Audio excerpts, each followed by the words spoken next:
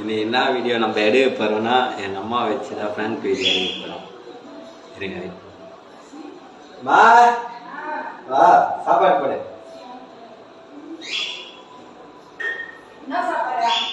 வா புளி சாதம் ரெடி பண்ணுமா?